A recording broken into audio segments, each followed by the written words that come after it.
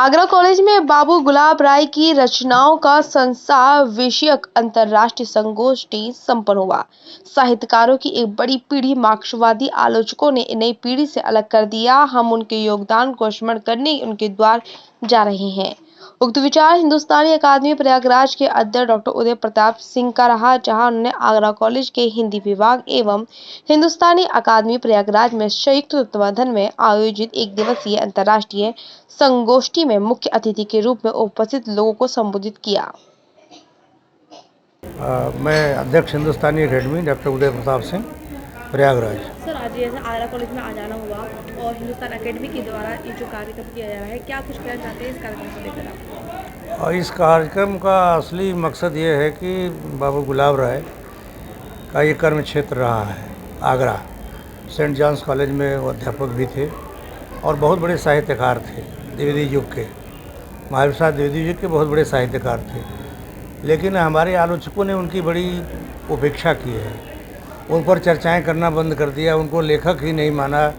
उन्होंने इतिहास लिखा, उन्होंने निबंध लिखा, उन्होंने संस्मरण लिखा, लेकिन जो हमारे यहाँ एक मार्क्सवादी आलोचना का दौर आया, जिसमें इन सारे जो भारतीय विचारधारा के रचनाकार थे उनको बहिष्कृत कर दिया गया। तो हमारी एकेडमी ने एक योजना बनाया है जो 4 वर्ष से चल रही है। ये रचनाकार के द्वार, हम उसके दरवाजे पर जाते हैं, उसका जहाँ कर्म क्षेत्र है, जन्मभूमि है, और लोगों को बताना चाहते हैं कि आपके बीच एक महान पुरुष हुए हैं जिनको शायद आप लोग भी भूल गए हैं। वही हम आपको स्मरण दिलाने आए हैं, जगाने आए हैं। कितने साल से अकेडमी ये कार्य करती आ रही है सर? ये 18 से कर रही है, 2018 से। 2018 से। अब तक कितने लोगों को आप लोग को ज़्यादा के बता चुके हैं? लगभग 15 लोगों को। 15। हाँ, जैसे महावीर प्रसाद द्विवेदी के घर हम लोग गए, हजारी प्रसाद द्विवेदी के यहाँ गए, शिव प्रसाद सिंह के यहाँ गए। प्रेम के बारे में तो लोग काफ़ी लोग जानते भी हैं। प्रेमचंद नहीं, सब जगह उपेक्षा सब जगह है। जानते तो लोग हैं, बस पुस्तकों में पाठ्यक्रमों में है, लेकिन वहाँ के लोग को कोई जागरूकता नहीं है। मैं डॉक्टर सुनीता रानी घोष हूँ और ये जो आज अंतर्राष्ट्रीय संगोष्ठी हो रही है बाबू गुलाब राय जी पे, तो मैं इसकी संयोजक हूँ। मैम, जैसे कि कार्यक्रम पूरा गुलाब राय जी के ऊपर संगोष्ठी भी हो रही है, क्या आप कुछ उनके जो कार्यक्रम जो रहा है इतिहास में क्या पता चलना चाहिए आप? जी, कुछ खासियत बताना चाहिए? जी देखिए, बाबू गुलाब राय जो हैं वो आगरा के ही नहीं, विश्व साहित्य के यशस्वी साहित्यकार हैं। और जो संगोष्ठी का विषय है वो है बाबू गुलाब राय का रचना संसार।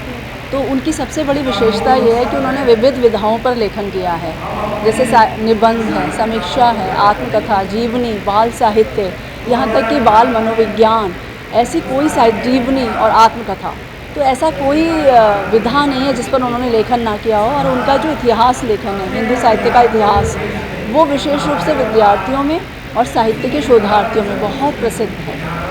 और उनकी जो सबसे बड़ी शैली की विशेषता है वो ये है उनका हास्य और व्यंग। वो दूसरों पर तो व्यंग करते ही हैं और जहाँ मौका मिलता है अपने पर भी व्यंग करने से नहीं चूकते, तो ये एक बहुत बड़ी खासियत है। आज हमारे महाविद्यालय में एक दिवसीय अंतर्राष्ट्रीय संगोष्ठी का आयोजन किया जा रहा है और इसका जो टॉपिक है बाबू गुलाब राय और उनका रचना संसार।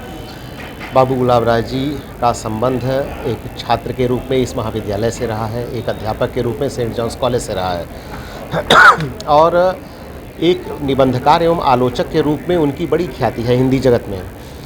ऐसे में उनके ऊपर यह संगोष्ठी एक तरफ तो हमारे इस ब्रज क्षेत्र के साहित्यिक अवदान पर भी प्रकाश डालेगा, दूसरी तरफ हमारे छात्रों में और हमारे शिक्षकों में नया उत्साह और उमंग भी भरेगा कि हमें भी उनकी तरह अपने कार्यक्रमों को, अपने रचनाओं को आगे बढ़ाते रहना चाहिए। छात्रों की बात की जाए तो छात्रा विद्यार्थी बहुत कम बैठे हुए हैं। नहीं, कम नहीं है।